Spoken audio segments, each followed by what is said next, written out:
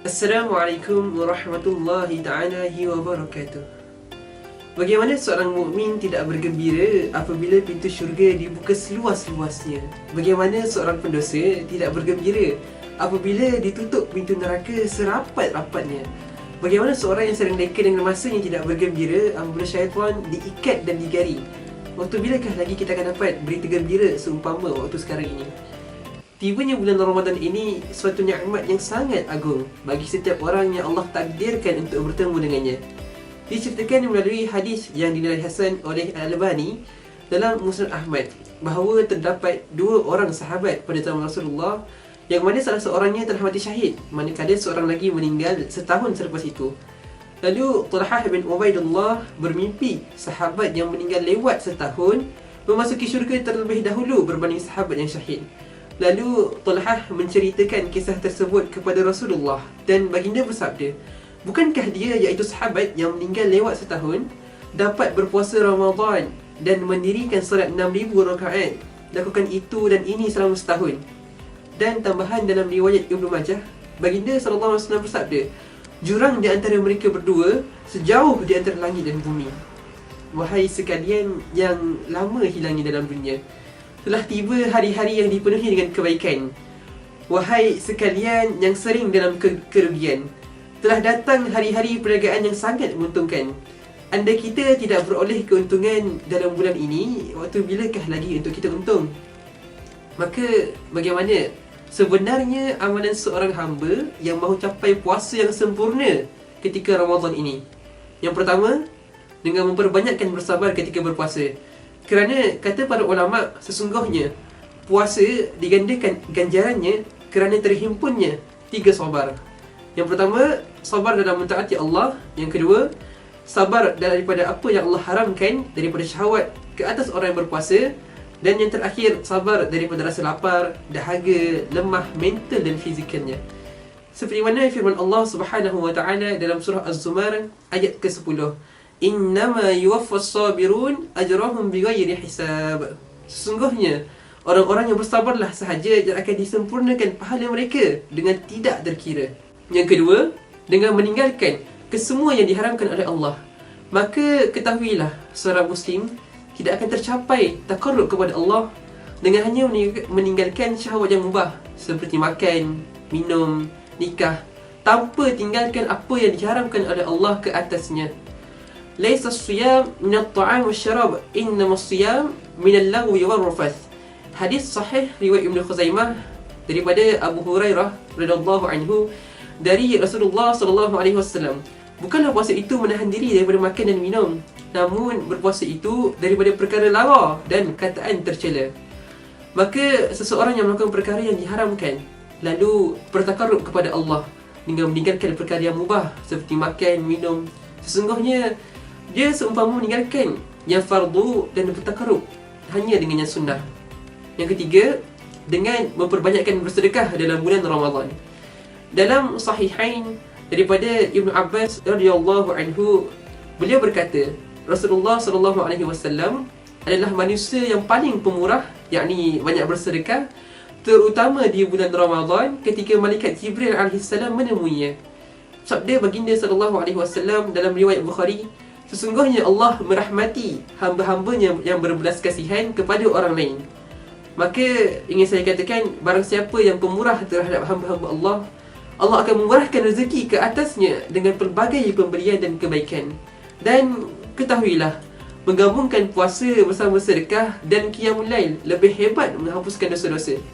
Seperti mana kata Ibn Rajab Al-Hanbali dalam kitabnya Lataiful Ma'arif, sesungguhnya menggabungkan antara puasa dan sedekah itu lebih besar kesannya dalam menghapuskan dosa, menyelamatkan dari neraka Jahannam dan menjauhkan darinya. Lebih-lebih lagi jika digabungkan dengan qiyamul lail. Kerana sabit daripada Nabi Muhammad sallallahu alaihi wasallam, puasa itu perisai dari neraka seperti mana perisainya ketika peperangan. Dan dalam hadis Muaz dari Nabi sallallahu alaihi wasallam, baginda bersabda, sedekah itu menghapuskan dosa seperti air memadamkan api. Juga apabila seseorang mendirikan malamnya, iaitu akan dihapuskan dosa seperti air. Kedua-dua hadis tadi bertaraf sahih daripada riwayat Imam Ahmad. Dan sudah pasti puasa kita terdapat kecacatan, kekurangan, maka sedekah itu menampung kekurangan dan kecacatan tersebut. Kerana itu kata Ibn Rajab Al-Hanbali, diwajibkan ketika akhir bulan Ramadan zakat fitrah untuk menyucikan orang yang berpuasa dari kemaksiatan dan kata-kata buruk yang diucapkan. Yang keempat, dengan memperbanyakkan bacaan Al-Quran. Dalam bulan Ramadan ini terdapat khususiyat dengan Al-Quran. Bahkan diriwayatkan dalam Musnad Imam Ahmad, hadis yang mana bertaraf hadis hasan, dengan syawahidnya baginda sallallahu alaihi wasallam bersabda, Musnaf Ibrahim diturunkan pada malam pertama bulan Ramadan, dan diturunkan Taurat setelah 6 hari berlalu dari Ramadan, dan Injil diturunkan setelah 13 hari berlalu dari Ramadan, dan Al-Quran diturunkan setelah berlalu 24 hari dari bulan Ramadan. Betapa mulianya bulan Ramadan ini dengan Al-Quran. Maka perbanyakkanlah membaca Al-Quran, seperti mana baginda SAW memanjangkan bacaan ketika mendirikan malam Ramadan lebih banyak berbanding bulan yang lain. Hadis sahih riwayat Imam Ahmad, baginda SAW bersama Huzaifah suatu malam ketika bulan Ramadan, baginda membaca Al-Baqarah, kemudian An-Nisa, kemudian Ali Imran. Dan tidaklah baginda melalui ayat yang menakutkan baginda, melainkan baginda berhenti dan berdoa. Dan baginda solat sehinggalah bila datang untuk mengazankan solat subuh. Juga seperti mana para salaf yang mengkhatamkan Al-Quran setiap 3 hari seperti An-Nakhai dan Qatadah, dan yang mengkhatamkan 60 kali selain daripada waktu solat seperti Imam Syafi'i dan Abi Hanifah dan para salafus salih yang lain. Bahkan ketahuilah, puasa dan Al-Quran memberi syafaat kepada mereka yang berpuasa dan memperbanyakkan bacaan Al-Quran di akhirat kelak, seperti mana hadis yang bertaraf hasan riwayat Imam Ahmad daripada Abdullah bin Amr, baginda sallallahu alaihi wasallam bersabda, puasa dan Al-Quran itu memberi syafaat kepada hamba ketika hari kiamat. Puasa berkata, Ya Rabb, aku telah pun menghalangnya dari makanan dan syahwat ketika siang, maka izinkan aku memberikan syafaat kepadanya. Dan Al-Quran berkata, aku telah pun menghalangi dari tidur di malam hari, maka izinkan aku memberikan syafaat kepadanya. Lalu kedua-duanya memberikan syafaat kepadanya.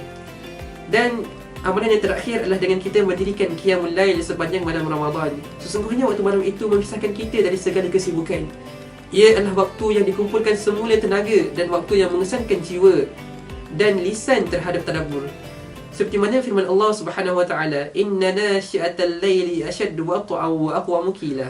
Sebenarnya, sesungguhnya dan ibadat malam lebih kuat kesannya kepada jiwa dan lebih tetap betul bacaannya.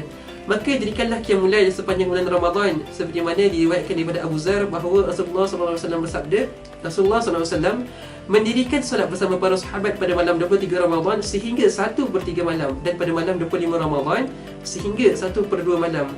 Dan hadis hasan riwayat Imam Ahmad, baginda SAW bersabda, sesungguhnya seorang lelaki apabila solat bersama imam sehinggalah selesai, dituliskan baginya ganjaran qiyam sepanjang malam. Maka kata Ibn Rajab Al-Hanbali dalam Lataiful Ma'arif, sesungguhnya mukmin itu terkumpul baginya ketika bulan Ramadan 2 jihad bagi dirinya. Jihad ketika siang dengan berpuasa, dan jihad sewaktu malam dengan qiyam. Maka barang siapa yang terkumpul 2 jihad dan memenuhi hak keduanya dan bersabar dalam mengamalkan keduanya, diberikan ganjaran yang tidak terhitung. Terakhir sekali riwayat Bukhari, sabda baginda SAW, barang siapa yang berpuasa pada bulan Ramadan dengan penuh keimanan dan pengharapan, diampunkan dosa-dosanya yang lalu. Dan barang siapa yang mendirikan malam Lailatul Qadar dengan penuh keimanan dan pengharapan, diampunkan dosa-dosanya yang telah lalu. Akhir kalam, ingatlah hadis baginda SAW ini sebagai celaan kepada orang yang melalui Ramadan lalu tidak diampunkan dosanya. Dalam Sahih Ibn Hibban dari Abu Hurairah bahawa Nabi SAW menaiki mimbar lalu bersabda, Amin, amin, amin. Lalu sahabat berkata kepada Rasulullah, wahai Rasulullah, sesungguhnya engkau menaiki mimbar lalu engkau berkata amin, amin, amin. Lalu baginda bersabda, sesungguhnya Jibril datang kepadaku lalu berkata, siapa yang mendapati bulan Ramadan dan tidak diampunkan dosanya, maka akan dimasukkan ke dalam neraka dan Allah menjauhkan diri darinya. Lalu Jibril berkata, katakanlah amin. Lalu aku berkata, yakni Rasulullah berkata amin. Para penonton sekalian, bilakah lagi akan diampunkan dosa jika kita tidak diampunkan dalam bulan ini? Bilakah lagi akan diterima amalannya jika kita menolak kedatangan Lailatul Qadar? Bilakah lagi kita akan berubah menjadi lebih baik jika kita tidak berubah dalam bulan ini? Bilakah lagi kita akan sihat daripada sakit kejahilan dan sering dalam kemaksiatan jika bukan dalam bulan ini? Perbanyakkan istighfar. Ditutupkan solat dan haji dan qiyamul lail dengan istighfar. Ditutupkan majlis dengan istighfar sebagai kafarah dosa. Maka begitu juga Ramadan.